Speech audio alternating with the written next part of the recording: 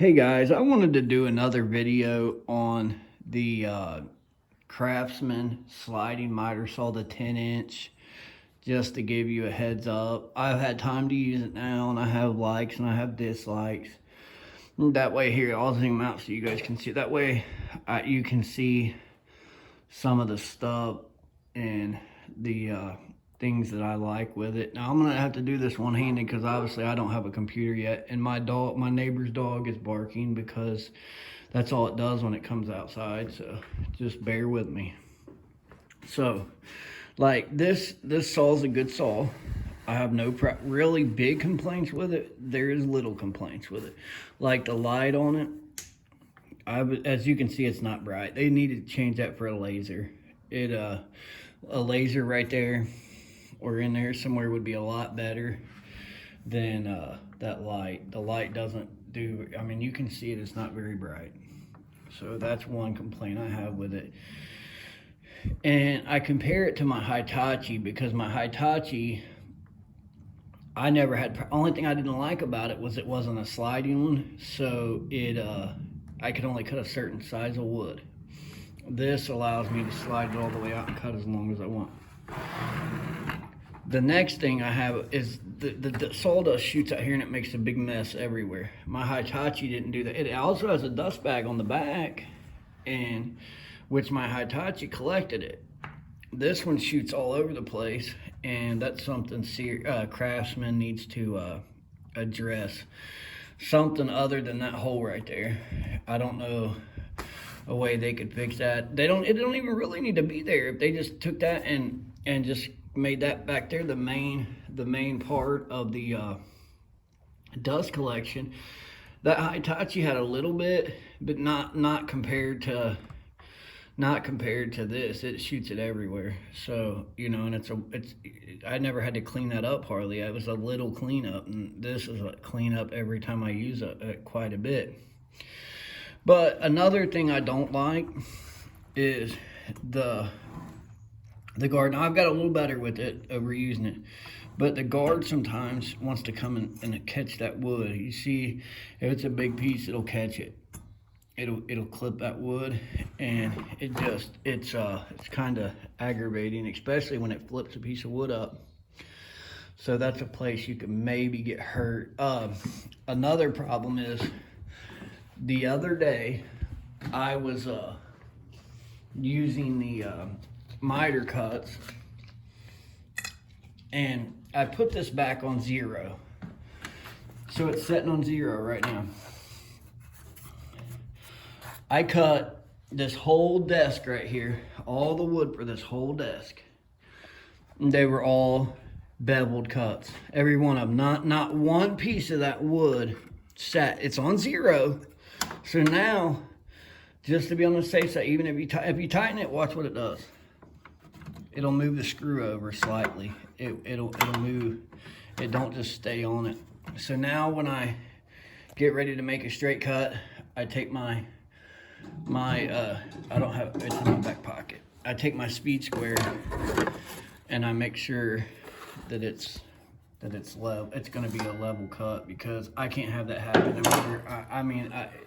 People are forgiving, but you know, you start selling them stuff that don't. I had to recut all that wood. That's hundreds of dollars of wood that it cost me. So that's one thing. Other than that, it's a great saw. I know I gave you the dislikes, but it's a great saw all around. It cuts great. This thing's great. Like on my Hitachi, that would get in the way if I was trying to make a cut, and it would bump it. So I really like this about it. It holds my wood, especially when I got a big piece of lumber on there. It's good. It makes good clean cuts. It leaves a little bit of split off, or whatever you want to call it, in the back, chip off, whatever, splinters. So you got to make a good fluid motion cut. And sometimes I'm in a hurry and forget, so I don't know. There's really nothing I can do to fix that. It's just a little bit of sand and it's okay. Or I wipe it off with my finger. But yeah, other than that, I mean, it's a good saw all around. I know I got a couple thumbs down, and you're always going to get them because of trolls, but I'm just saying, a guy that wants to buy this saw, I would tell him it's a good saw to buy. One more thing. When I checked this the other day, when them were all, one more thing, when I checked this the other day, when them were all uncut, I noticed that was below 0. And see, it's a little bit above 0 now. But I tightened it. It's, you know, it's better than it was. It was making an angle cut, and back the other way, it was off. It's square now. You see me set my speed square up again. But it's easy to not check those things out of the box, and then it costs you money. So I'm telling you ahead of time so it doesn't cost you money. And really, this is an all in all good saw. And I like doing the videos. I'm gonna go buy a Canon like some of the other guys have got, but I just started doing this. So for the meantime, I'm just using a small iPhone, my iPhone, whatever, and I will get a better camera if you guys like the videos, you know. So I will post this and give you guys a heads up and a better outlook. And it probably would be better too if I had it set on more, because this is supposed to set down and unscrew and set down on your table. So it would probably help if I had it setting back some. So, all right, guys, well, you have a good day. Now I'm going to show you a video of using this saw because I didn't show you it. So I'm going to show you a video of me making a precise cut. So I'm trying to do this one-handed, so just bear with me, because I just want you to see the dust that comes out of it. Okay, this is a job I'm doing. I don't want to mess up the wood, so, but okay. So there's your dust collection, there's your cut. I'm gonna pull it out and I'll watch. And I mean, it shoots dust everywhere, so it's got a good cut, like I said, and it leaves very little on the wood. The wood's good.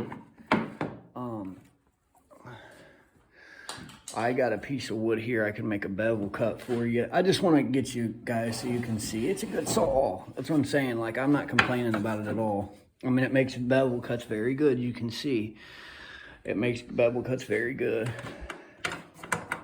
And it goes all the way up to 60. That's one thing. A lot of saws don't do that nowadays. So, well, it stops itself at right about, sorry about the dust. It stops itself right about 58 degrees. But I just wanted to let you see the type of, hold on, let's see. So,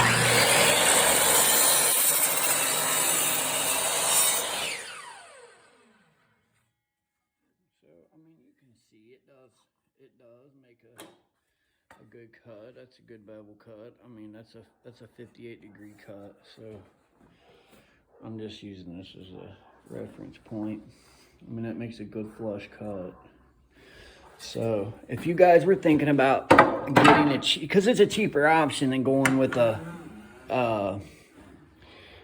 like I said, you got to be careful though when you put this back. It's a cheaper option than going with like a DeWalt or something. The smaller DeWalt is triple. This is double the size, double the saw for a little bit less. Now, like I said, it's all up to you and the opinion you got. I do have good tools. I mean, but I'm just saying, like, each man's his own man when it comes to buying the tools. So that's all up to you.